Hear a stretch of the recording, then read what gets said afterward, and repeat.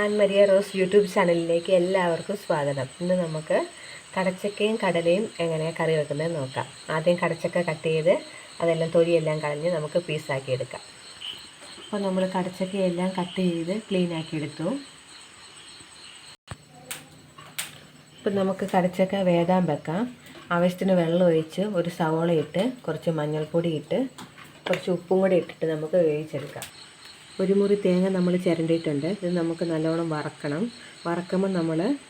വറുത്തെടുക്കുമ്പോൾ നമ്മൾ മഞ്ഞൾപ്പൊടിയും മുളക് പൊടിയും മല്ലിപ്പൊടിയും കൂടി ഇട്ട് കുറച്ച് ലാസ്റ്റ് വാങ്ങാൻ നേരത്ത് നമ്മൾ ലേശം ചിക്കൻ പൊടിയും കൂടി ഇട്ട് ചൂടാക്കിയിട്ട് വേണം നമ്മളിതൊന്ന് വറുത്തെടുക്കാൻ വേണ്ടി. വറുത്ത് നമുക്ക് അരച്ചെടുക്കാം.